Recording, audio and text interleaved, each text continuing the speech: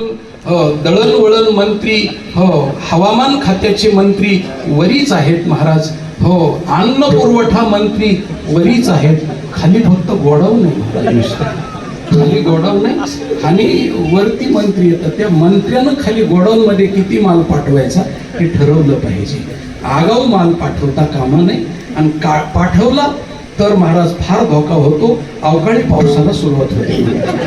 त्याच्यामुळे तसा धोका निर्माण होऊ नये, प्रदूषण निर्माण होऊ नये म्हणून वरच्या मंत्र्याला खालच्या पूर्णपणे प्रशासनाचा आणि शासनाचा पूर्ण संबंध असला पाहिजे. म्हणून ज्ञानेंद्रिय आणि कर्मेंद्रिय ह्या दोन्हीचा समन्वय असला पाहिजे.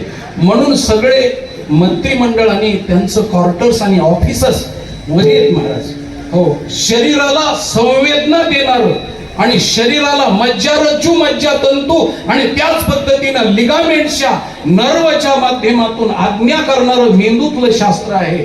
हे मेंदूतून आज्ञा निर्माण होतात हे महाराज जीवशास्त्राला माहिती आहे. पण नेमकं कुठून होतात हे जीवशास्त्राला माहित नाही.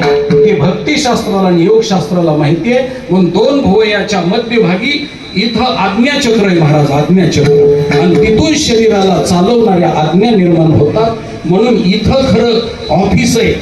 आज्ञा चालवणारं ऑफिस इथं आहे. तिथंच कॉम्प्युटर रूम आहे आणि तिथंच त्या कॉम्प्युटर मध्ये टाकलेली अनंत जन्मीची चीप आहे महाराज.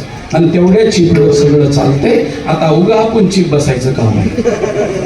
विठ्ठल देवळाच्या कळसावर दत्तात्रय भगवान परमात्मा राहतेत. म्हणजे ब्रह्मरंध्राच्या ठिकाणी काळावरती आणि कामावरती विजय मिळवलेला आहे. म्हणून दत्तात्रय कामावरती विजय मिळवला म्हणून ब्रह्मचारी आहेत, नैष्ठिक ब्रह्मचारी आहे. आणि कामावरती विजय मिळवला म्हणून ब्रह्मचारी आहेत आणि काळावरती विजय मिळवला म्हणून ब्रह्मरंध्राच्या ठिकाणी त्यांचं क्वार्टर आहे. म्हणून मुक्ताई मातेनं सांगितलं की देवळाच्या कळशी नांदे एक ऋषी आणि तया घातली पुशी योगेश्वरी. तयाला पुशी घातली म्हणजे पुशी म्हणजे मराठीमध्ये पुसणं असा त्याचा अर्थ आहे. पुसणं